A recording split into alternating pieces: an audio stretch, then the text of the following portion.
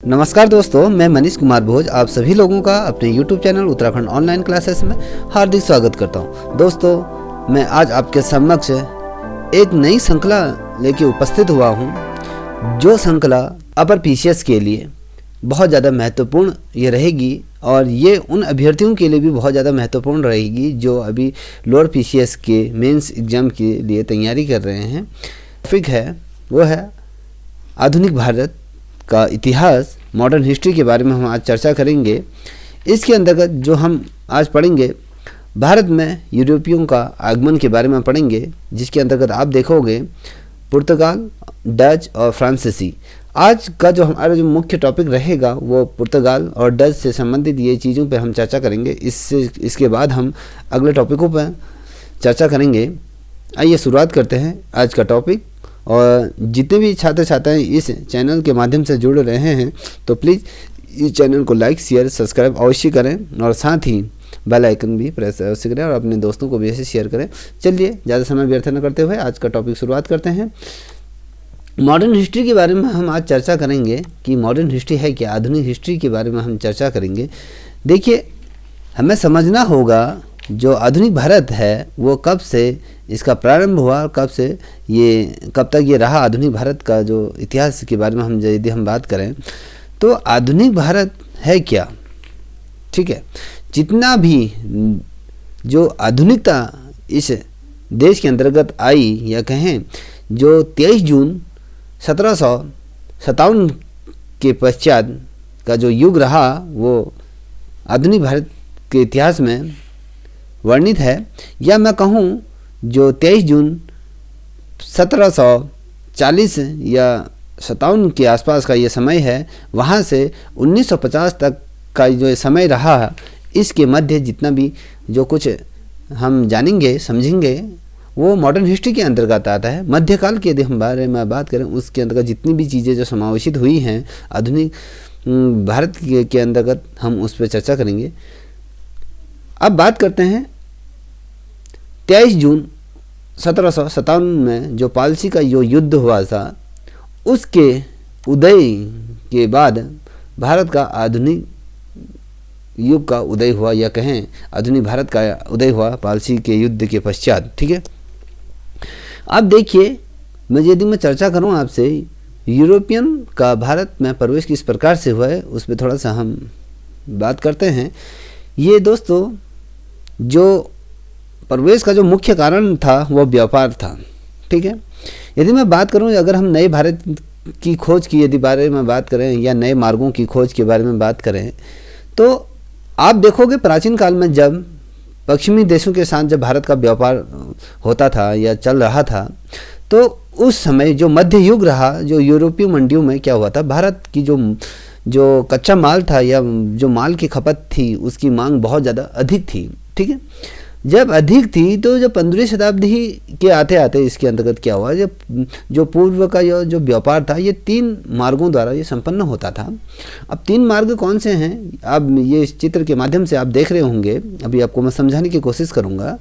तो इसमें जो पहला मार्ग था दोस्तों, जो पहला मार्ग था वो एशिया, ये जो मध्य एशिया का जो भाग था उसके अंतर्गत से ये पहला ये मार्ग प्रशस्त हुआ और आकस जो नदी के किनारे किनारे होते होते ये आगे को कैस्पियन सागर की तरफ ये बढ़ता हुआ। देखिए, ये अंटार्कटिका महासागर है।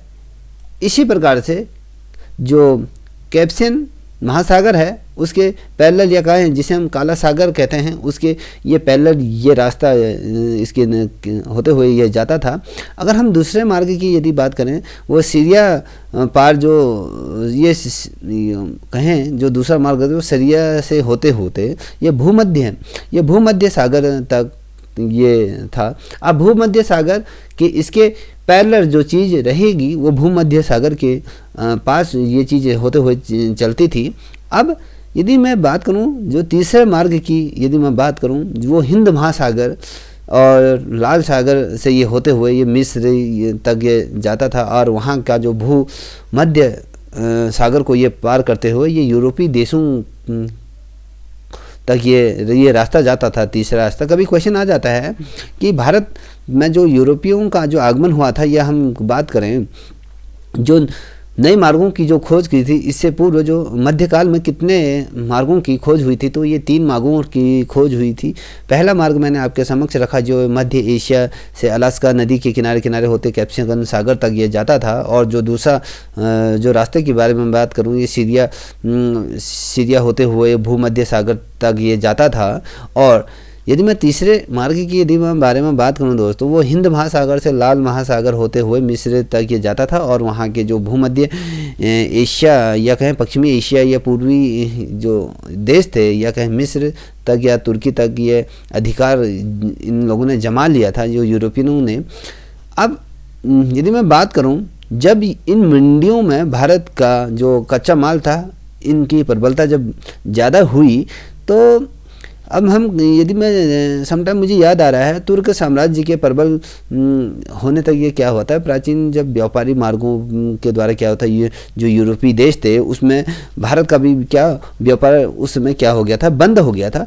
अब भारत के समक्ष एक बड़ी समस्या ये थी कि भारत में से जो यूरोप के समस्त जो व्यापार थे, जो अरब के जो सौदागर होते थे, उनके जरिए ये होने लगा। उसके बाद ठीक है, जब उसके बाद ये अरब के जो व्यापारी थे, जब उनसे ये व्यापार होना शुरू हुआ दोस्तों, तो ये यूरोपीय देशों से तो भारत का व्यापार बंद हो गया था। उसके बाद जो समस्त जो व्यापार था भारत का, वो अरब देशों के मध्य होने लगा। उनके जो बड़े बड़े जो सौदागर थे उनके साथ ये होने लगा।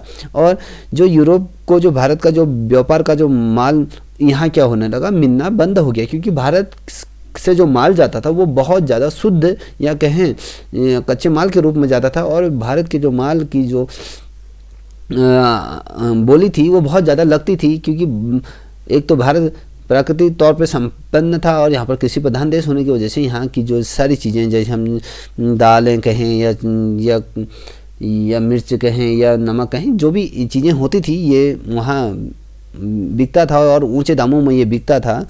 और क्योंकि जो भारत का जो माल था वो बहुत दुर्लभ था और जो यूरोपीय देश थे वहाँ पर ये इनको मिलना बंद हो गया। उसके बाद क्या हुआ, जब यूरोप के जो निवासी थे वो भारत के साथ क्या करना चाहता है, और व्यापार करने के लिए उन्होंने नए मार्गों का तलाश करना शुरू करा, क्योंकि जो यूरोपीय पश्चिमी देश थे उनके बीच जब वार्तालाप बंद हो गया, कहें एक प्रकार का संघर्ष हुआ जहाँ पर ये माल हाल जाना बंद हो गया। तो अब इस माल को भारत से बाहर करना था, तो उसके लिए किस प्रकार से इस माल को भारत से बाहर बेचा जाए या इसको व्यापारिक जो मार्ग थे उन को ले जाया जाए। तो इसमें क्या हुआ, नवीन मार्गों का पता किया गया, उसकी उत्पत्ति यहाँ से शुरू हुई।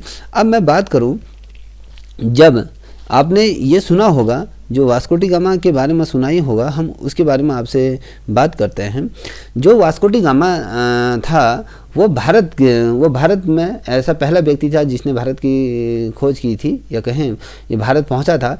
ये जो वास्को डी गामा था ये पुर्तगाल के रास्ते होते होते जो ये दक्षिण की तरफ मध्य एशिया की तरफ बढ़ते बढ़ते इटली होते हुए, और उसके पश्चात ये बढ़ता रहा जो इसने जो नए रास्ते खोजे थे उसमें बढ़ते ये समुद्र के किनारे इन डोंगी के सहारे ये सूरत पहुंचा। जो सूरत पहुंचा तो सूरत जो केरला के मध्य सूरत ये पहुंचा, तो वहाँ के बाद ये केरल पहुंचा। और केरल पहुंचने के बाद इसका क्या हुआ, यहाँ पर भव्य स्वागत है। या कहें जब ये सूरत में पहुंचा, गुजरात पहुंचा, तो यहाँ पर ये भारत में इसने पहुंचा। ये पहला नागरिक था जिसने समुद्री मार्ग के माध्यम से वास्को डी गामा ने भारत में प्रवेश किया है। और जो इसका अंटार्कटिका होते हुए जो ये मार्ग था, ये व्यापारिक मार्ग था, क्योंकि यहाँ पर बहुत ज़्यादा व्यापार समुद्री मार्गों से होते हुए ये सूरत और केरला के तटों पर ये जाता था। अब यहाँ से ये वाला जो मार्ग था, यहाँ से व्यापार बंद हो गया था, क्योंकि यहाँ पर यूरोपीय देशों ने यहाँ पर मना कर दिया था। और तो जब अरब के दो देश थे, या कहें जो पुर्तगाल या ये होते इसने नए समुद्र मार्ग का खोजा जहाँ तक ये सूरत पहुँचा। और जो ये दक्षिण का जो भाग, अफ्रीका का जो भाग दे रहे हो, ये भाग जो समुद्र के सहारे ये भी जुड़ा हुआ है। तो इस भाग के मध्य में भी ये इसके ये भूमध्य से होते ये सूरत पहुँचे। जब सूरत पहुँचा तो भबुदी गनी के बताए रास्ते पर ये केरल पहुंचा, ठीक है। और जब ये केरल पहुंचा, ठीक है, भदुल गनी के बताए रास्ते पर जब ये केरल पहुंचा, तो केरल पहुंचने पर देखिए केरल पहुंचा और कालीकट नामक स्थान पर ये पहुंचा, तो वहाँ पर जमोरिनी नामक स्थानीय शासक ने इसका क्या किया था, भव्य स्वागत करा, क्योंकि ये पहला ऐसा विदेशी व्यक्ति था जो समुद्र के मार्ग में से इसने नई रास्तों की खोज करी। और जो जोमरिनी नामक जो स्थानीय शासक ने इसका जो भव्य स्वागत करा, ये जब ये पहुंचा 1498 में ये यहाँ पर पहुंचा, तो उसके पश्चात क्या चीज़ें हुई उसमें हम गौर करते हैं। इस जो भारत में जो यूरोपियों का जो आगमन था उससे ज़्यादा कुछ नहीं पूछा जाता है, मगर इस जो मेन क्वेश्चन है मैंने आपके समक्ष ये रखे हैं, तो उनको देखते हैं। जो वास्को डी गामा भारत से काली मिर्च को ले गया और जब ये यूरोप की मंडियों में पहुंचा, जब यहाँ भारत से ये काली मिर्च को इत्यादि ले गया, तो इसने यहाँ से 60 गुना से ज़्यादा यहाँ पर ये इसका लाभ कमाया। या कहने का मतलब है यदि ये जो चीज़ यहाँ से ख़रीद के ले गया था तो उसने 60 गुना ज़्यादा कीमत में उसको वहाँ बेचा और उसका लाभ प्राप्त किया। अब इससे पूर्व थोड़ा सा हमें समझना होगा। हम इतिहास की तरफ यदि बढ़ें तो इतिहास की तरफ यदि हम बढ़ें तो उसमें हमें कुछ भिन्नताएं देखने को मिलेंगी। अब वो भिन्नताएं क्या हैं उसकी तरफ हम देखते हैं। दोस्तों, जब पुर्तगाल के लोगों ने जब ये मार्गदर्शक का काम करना शुरुआत किया, तो उसके पश्चात क्या हुआ, जो समुद्री मार्गों की नई खोजों का श्रेय क्योंकि उन्हें प्राप्त होने लगा, क्योंकि ये पुर्तगाल का था, तो पुर्तगालियों को ये जो नए रास्ते खोज रहे थे तो उनको इसका श्रेय जाने लगा। और जो पुर्तगाली थे, जिसमें जो राजकुमार हेनरी थे उस टाइम पे, तो उन्होंने 1393 से 1460 के मध्य की बीच करें जो साहसी थे, और साहसी होने के कारण ये क्या थे, एक सर्व साधारण व्यक्ति थे। जो नौवाहक जो होते थे हेनरी, तो उनके नाम से ये प्रसिद्ध हुए। अगर मैं नौवाहक हेनरी के रूप में यदि मैं बात करूं, तो क्योंकि इनके ही द्वारा, क्योंकि जो नवीन खोजों को श्रेय जो जाता था, ये पुर्तगाल के जो राजकुमार थे हेनरी, इनको जाता था। इन्होंने 1393 से 1460 के मध्य ये चीज़ों का जो श्रेय इन्हें प्राप्त हुआ था, और ये नौवाहक हेनरी के रूप में ये विश्वविख्यात रहे। और यदि मैं कहूँ इनके जो सिद्धांत थे, जो हस्त चीज़ें इनके द्वारा की गई थी, तो इनके द्वारा जो कार्य समाज में किया गया था उसके बारे में यदि मैं चर्चा करूँ, ये क्यों प्रसिद्ध हुए, तो इनके द्वारा बहुत से ऐसे कार्य किए गए थे जिसमें नाविक होते थे उनको वैज्ञानिक रीति से इन्होंने प्रशिक्षण दिया, और उनको जो जल भ्रमण कला के गुण सिखाए, या उनके द्वारा जो हस्त निर्मय ये बनाए गए। और ऐसे भी रहा था, ये एक स्कूल की स्थापना भी इनके द्वारा उस समय की गई थी, जिसके अंतर्गत इन्होंने नौ चालन के कार्य करे और वहाँ इस चीज़ को सिखाया और इसको प्रोत्साहन दिया। अब यदि मैं बात करूँ जो वास्को डी गामा की, तो इन्होंने क्या किया, जो कोविलियम की जो समुद्र यात्रा थी, इसकी सफलता से क्या हुआ था, वास्को डी गामा के मार्ग को प्रशस्त इनके द्वारा किया गया था। और इसकी जो खोज की थी इनके द्वारा, जो 28 जुलाई 1497 को जब वास्को डी गामा ने पुर्तगाल से भारत की जब यात्रा की थी, ठीक है, मैं फिर से दोहरा रहा हूँ इस चीज़ को, इससे पूर्व मैंने आपको यहाँ पर बताया था। जब वास्को डी गामा ने 8 जुलाई 1997 को जब वास्को डी गामा ने पुर्तगाल से जब भारत की यात्रा की, जब डिजाइज वाले जो मार्ग का इसने अनुसरण किया और उसमें इसने उत्तम तौर पे यदि हम बात करें तो इसने अंतर्द्वीपीय जो मार्ग थे उनका इसने खोज की, और एक नाविक के रूप में इसने उस मार्ग को प्रशस्त किया। जो ये मार्ग आपको मैं दिखा रहा हूँ, इस मार्ग से ये होते हुए जब ये वास्को डी गामा भारत में प्रवेश किया, तो ये एक नाविक के रूप में यहाँ पर आया। और 17 मई जो 1498 की यदि मैं बात करूं दोस्तों, तो वो क्या हुआ, भारत के एक पश्चिमी घाट पर जो पहुंचा और जो कालीकट नामक जो बंदरगाह था वहाँ पर जा पहुंचा। और कालीकट के जो राजा थे जोमरिन ने क्या किया, वास्को डी गामा का अभूतपूर्व क्या किया था, स्वागत किया। इससे मैंने आपको बता दिया था। क्योंकि ये स्वागत क्यों किया गया था मैं इसको आगे बताऊंगा आपको। क्योंकि भारत के लिए ये जो यूरोप के जो एक सामूहिक मार्ग की इनके द्वारा खोज निकाला गया था, या कहें इनके द्वारा वो मार्ग खोजा गया था। और यदि हम आगे की बात करें, जो युगों तक युगांतर की ये चीज़ें थी, जो बहुत लंबे समय तक ये चीज़ याद रही। और जो आज मार्गों का जो आदान प्रदान हम इधर उधर जो जाते हैं, वो वास्को डी गामा को ही इस चीज़ का श्रेय जाता है। और यदि मैं बात कहूँ दोस्तों, जो भारत के जो भूमध्य समुद्री जो मार्ग थे, जिसको हम अप्रत्यक्ष तौर पर जो व्यापार के लिए हम कायम करते हैं, तो इस समय क्या हुआ था, इस समय जब भारत ने जब समस्त जो पूर्वी जगत या बात करें जो पूर्वी यूरोप थे उनसे जो व्यापार करना यहाँ पर प्रारंभ का। और एक मध्य युग की बात कर रहा हूँ मैं, जिसे हम मॉडर्न हिस्ट्री के बारे में बात करते हैं, एक बहुत बड़ी ये घटना उस समय रही थी। क्योंकि ये घटना से संपूर्ण यूरोप को वास्को डी गामा द्वारा एक छोटे से नाव के माध्यम से ये समुद्र मार्ग को प्रशस्त किया गया और इस प्रकार से यूरोपियों का भारत में प्रवेश हुआ। यदि मैं बात करूं जो यूरोपियों का जो प्रवेश हुआ था दोस्तों, तो वास्को डी गामा जो पुर्तगाल का एक निवासी था, आपको सभी को पता है। और उसके द्वारा जो महान या कहूँ समुद्री अभियान में जो पुर्तगाल के जो राजा के संरक्षण हुआ करते थे, और या कहें ये भारत पहुंचने वाले यूरोपियों में जो पुर्तगालियों का ये पहला स्थान इनको जाता है। और कालीकट के जो राजा थे जोमरिन ने वास्को डी गामा का क्या किया था, यहाँ पर बहुत बड़ा भव्य स्वागत करा। और पुर्तगालियों की जो प्रार्थना पर ये क्या इनके द्वारा जो जोमरिन ने इन्हें अपने राज्य में रहने की अनुमति दी और इजाज़त दी। इसके बाद ये पुर्तगालियों का यहाँ आना जाना और बढ़ता रहा। जो अरब वालों को जो वास्को डी गामा का जो भारत पर आना कतई भी क्या हुआ सहा नहीं गया, या कहें उनको अच्छा नहीं लगा।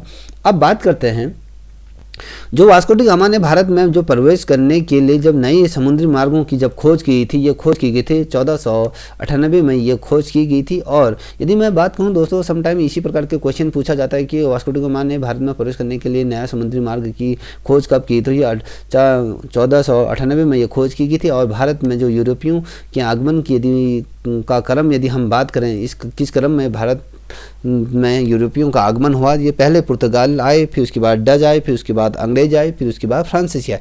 अब यहाँ पर अब स्पष्ट तौर पे मैं एक रूप में आपको इंग्लिश के कैपिटल वर्ड में आपको ये दिखाने की कोशिश करूँगा। P for Portugal, D for Dutch, E for अंग्रेज, F फॉर फ्रांसीसी लोग यहाँ पर ये आए।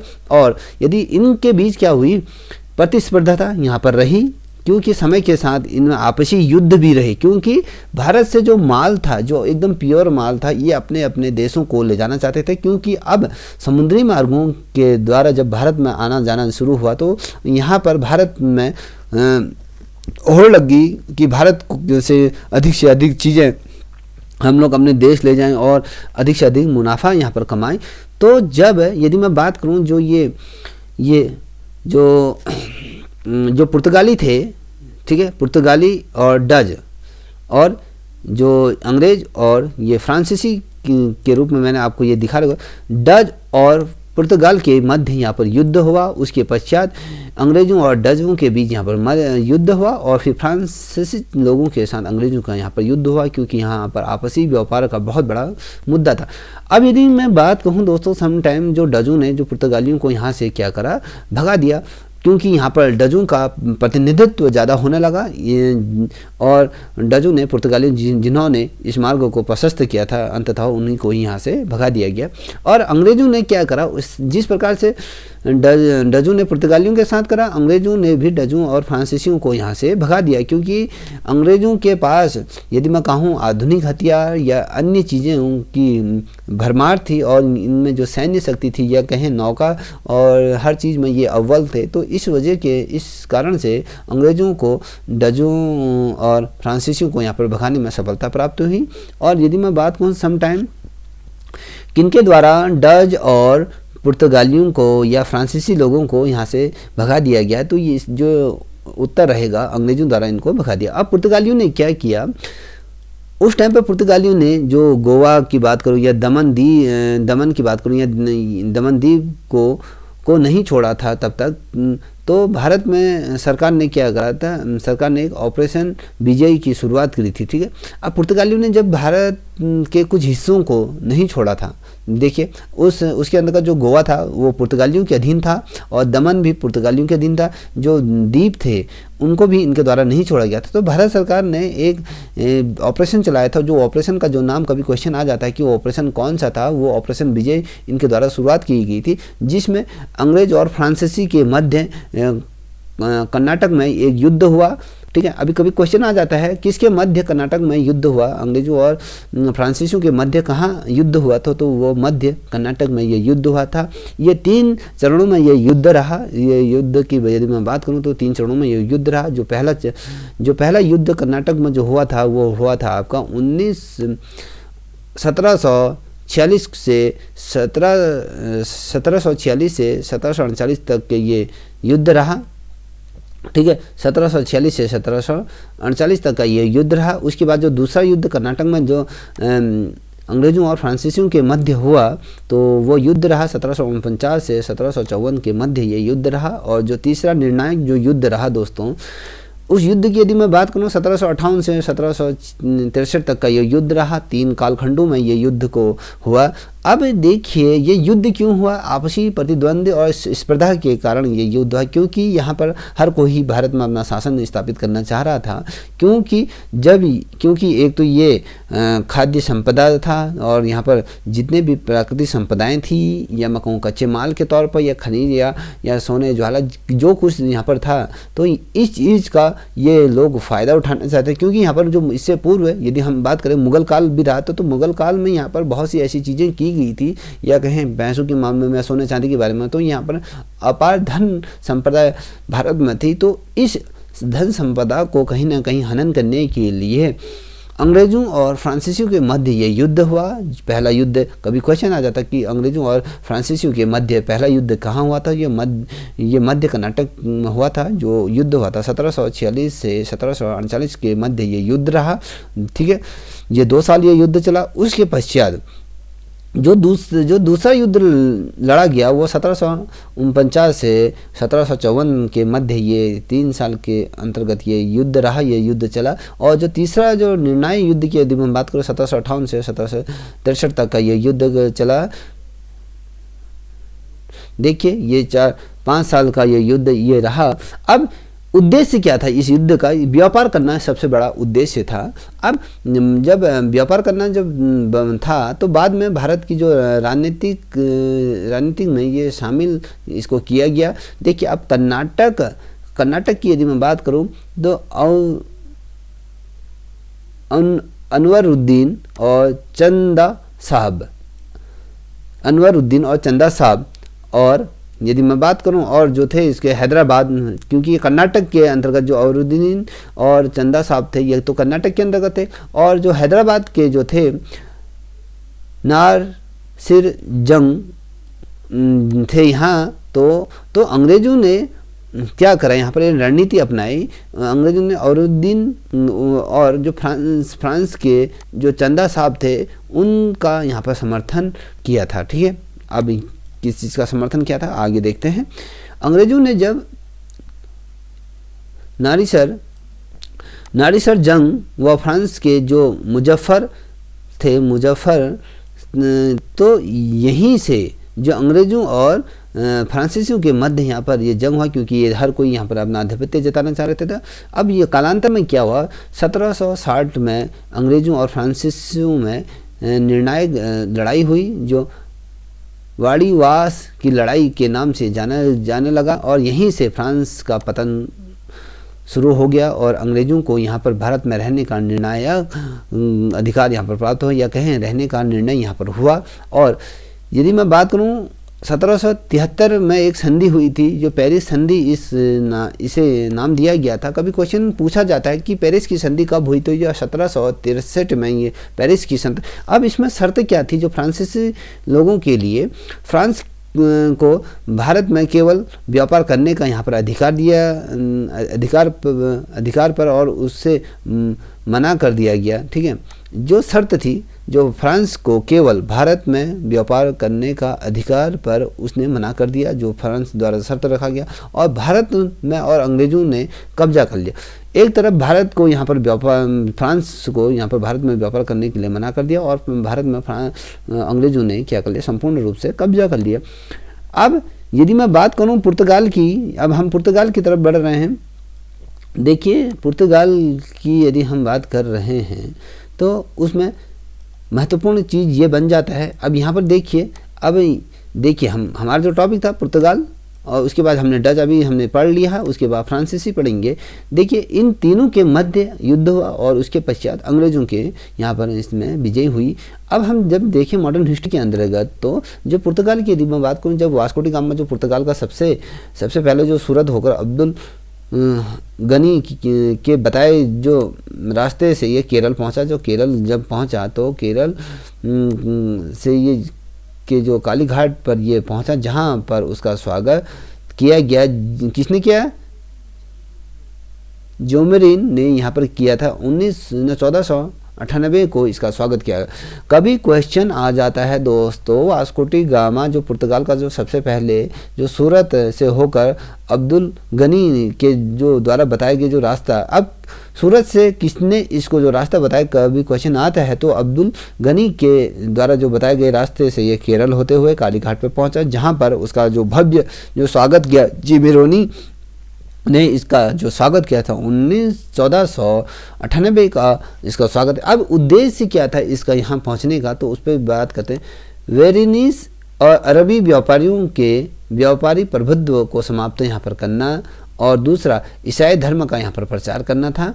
और यदि मैं बात करूँ दूसरा, तो पुर्तगाल पेडो अल्वेज कैबल जो 1500 में, ठीक है, ये हुआ था। और दूसरा 1502 में वास्को डी गामा यहाँ फिर आया और उन्होंने दक्षिण में कोचीन में प्रथम व्यापारी बस्ती यहाँ पर बसाई थी, जो व्यापारी बस्ती जिसे दुर्ग के नाम से यहाँ पर जाना गया।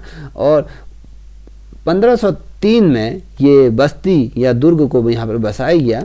और 1505 की यदि हम बात करें, कभी क्वेश्चन आ जाता है कि कोचीन में फ्रांसीसियों द्वारा कब बस्ती व्यापारी बस्ती बसाई गई थी। 1503 में बसाई गई थी। और 1505 में अभी दूसरा क्वेश्चन या एग्जामिनर इस प्रकार से पूछ सकता है कि वास्को डी गामा भारत फिर भारत कब आया। ये 1502 में ये भारत में फिर दोबारा आया, और जब ये आया तो इन्होंने दक्षिण कोचीन में अपनी प्रथम व्यापारी बस्ती 1503 में यहाँ पर बसाई, और 1505 में ये दूसरी बस्ती कन्नौर में इनके द्वारा बसाई गई। अब कभी क्वेश्चन आता है तो दूसरी बस्ती कन्नौर में कब बसाई गई,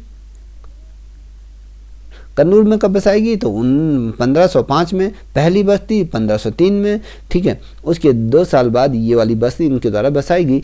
अब जो महत्वपूर्ण चीज़ हमें ये देखने वाली जो बात है, भारत में जब प्रथम पुर्तगाली वायसराय जो फ्रांसीसी को अल्मीड़ा,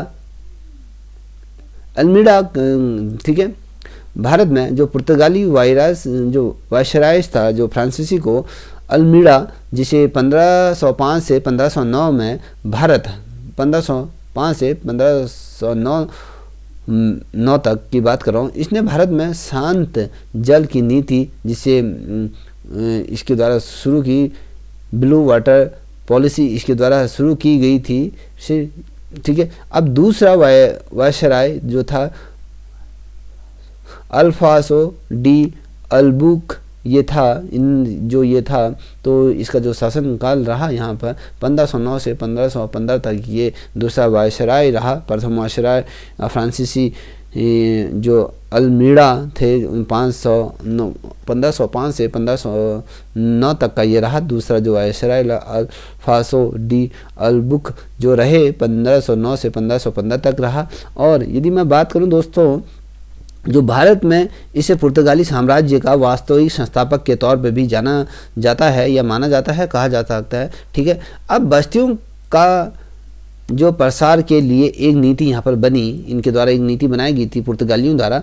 इसमें निम्न वर्गीय पुर्तगालियों को जो भारतीय महिलाओं के साथ विवाह करने का यहाँ पर अधिकार दे दिया गया। और गोवा विजयी इनके द्वारा कब किया गया? 1510 में, जब गोवा विजयी में इनकी बीजापुर के जो शासक थे आदिल शाह से यहाँ पर यूसुफ अल आदिल शाह और जो कोचीन से ये गोवा में अपना दुर्ग इनके द्वारा यहाँ पर किया गया था, स्थापित कर दिया गया। अब यहाँ पर एक चीज़ बड़ी शानदार रही, अगर इनका जो यहाँ पर रहने का जो बस्ती बसाने का, तो एक तो ये लोग जो पुर्तगाली थे जब ये भारत में आए, जब भारत में हमने व्यापारी बस्तियाँ इनके द्वारा बसाई गई दोस्तों, तो उसके अंतर्गत आप लोग ये देखोगे तो इन पुर्तगाली जो निम्न वर्ग के जो पुर्तगाली थे उन्होंने भारतीय महिलाओं के साथ यहाँ पर कहें दुर्व्यवहार करा या एक प्रकार से विवाह किया। तो विवाह करने के बाद इन्होंने क्या करा, गोवा पर विजय प्राप्त कर ली। गोवा पर कभी क्वेश्चन आ जाता है, पुर्तगालियों द्वारा गोवा पर विजय को कब प्राप्त कर ली? 1510 में इनके द्वारा गोवा में विजय प्राप्त कर ली। जो बीजापुर के जो शासक थे आदिल शाह से जो यूसुफ आदिल शाह जो थे, उन्होंने कोचीन से गोवा तक पूरा अपना दुर्ग यहाँ पर स्थापित कर लिया। अब देखिए क्वेश्चन इस प्रकार से पूछा गया है कि मैं आपको जो कोचीन का जो हिस्सा दिखा रहा हूँ, भारत के जो नक्शे का जो भाग है, ये कोचीन है। ये कोचीन में जो 1510 में जो गोवा का जो हिस्सा है ये अपना अधीन इनके द्वारा कर लिया गया। और जो ये हिस्से की यदि मैं बात करूँ, जो ये ग्लेशियर है, जो ये ग्लेशियर होते हुए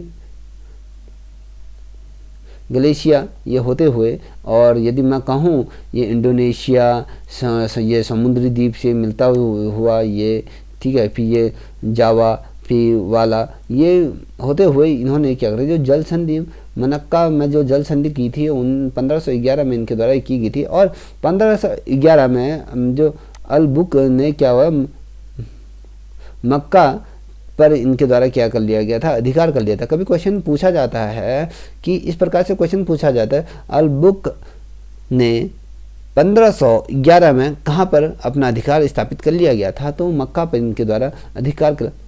ये मक्का पर यदि मैं कहूँ ये मलेशिया और इंडोनेशिया के जो समुद्र मार्ग के जो द्वीप के बीच ये बसा हुआ था। देखिए अब मैंने आपको ये मक्का ये जो ये है, जैसे देखिए मलेशिया ये है, ठीक है, ये मलेशिया है ना कि ये ग्लेशिया। ये मलेशिया का जो ये क्षेत्र है और ये मलेशिया को भी इन्होंने अपने अधीन ले लिया। और इंडोनेशिया को तो इन्होंने कब्जा कर लिया। जो समुद्र का जो मार्ग है, जो ये मार्ग आप देख रहे हो, इस पे भी इन्होंने अपना अधिकार कर लिया। और जावा वाला ये गोवा, यहाँ सभी इन्होंने अपना अधिकार स्थापित कर लिया। और 1515 में अल बुकक ने क्या करा, होमुज बंदरगाह पर भी अपना अधिकार स्थापित कर लिया।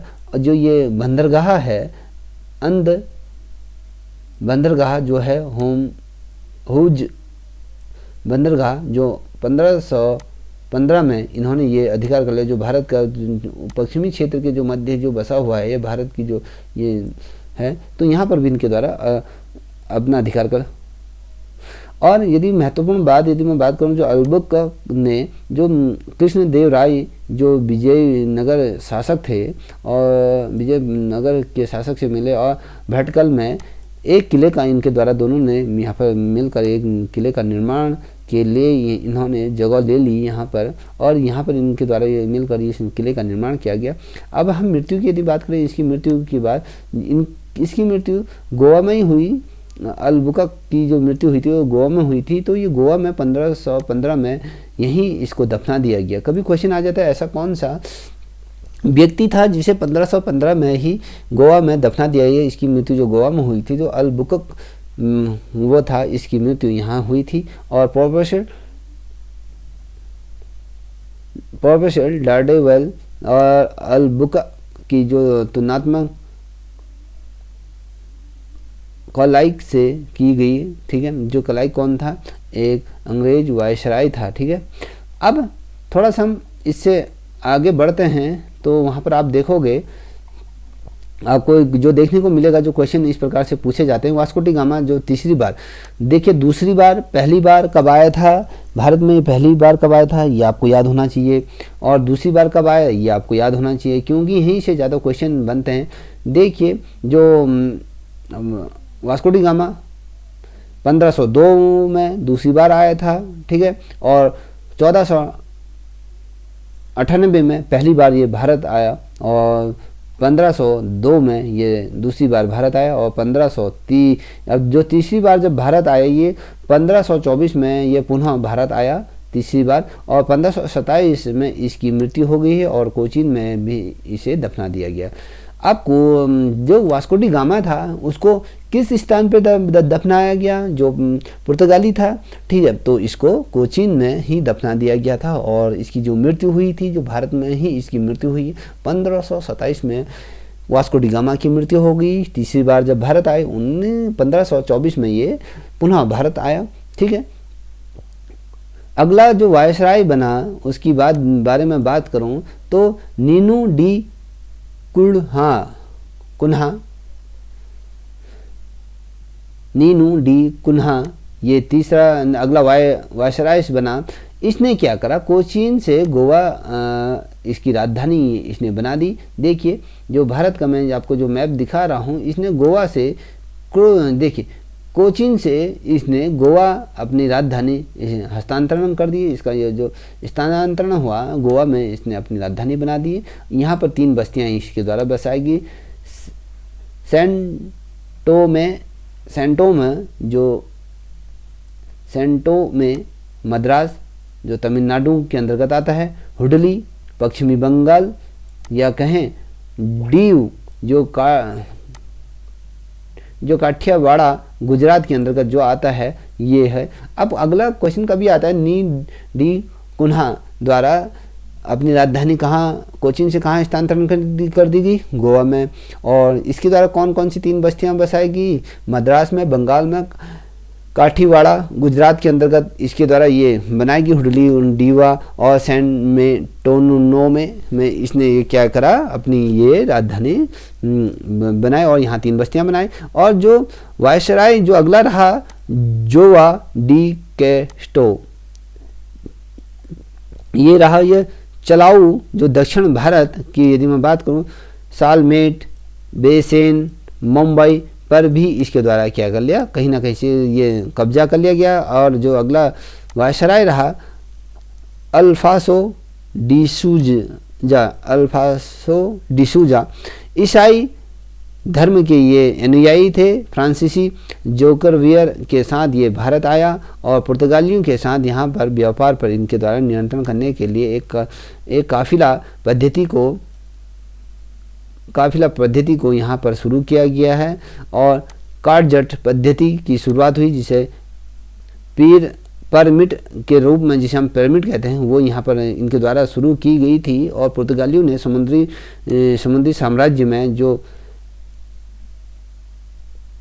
एस्तो द इंडिया सागर के स्वामी के रूप में ये जो साम्राज्य इनके द्वारा स्थापित किया गया, उसमें भारत में जो सबसे पहले ईसाई धर्म जो आया, जो पुर्तगाल के लिए आया, ठीक है, और जो गोवा में जो ईसाई धर्म की न्यायालय की यहाँ पर स्थापना हुई। कभी क्वेश्चन आ जाता है कि भारत में पहले ईसाई न्यायालय की स्थापना कहाँ हुई, तो वो जो धर्म की जो न्यायालय स्थापित हुई थी वो गोवा में हुई थी। जो मुगल बादशाह अकबर के समय की यदि मैं बात करूँ, ये उस समय की बारे में है, ठीक है।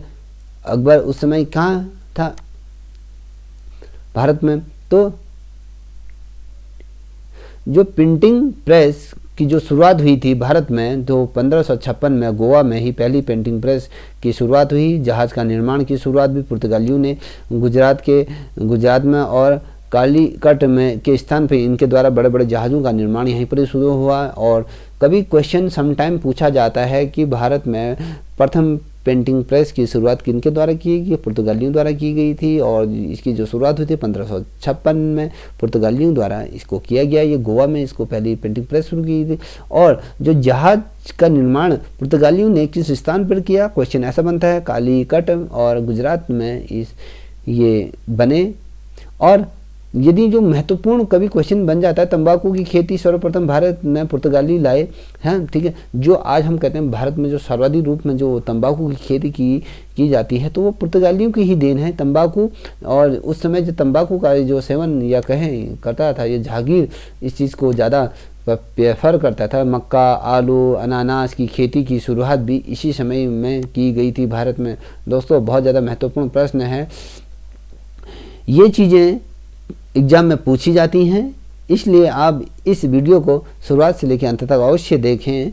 यदि आप लोगों को इस वीडियो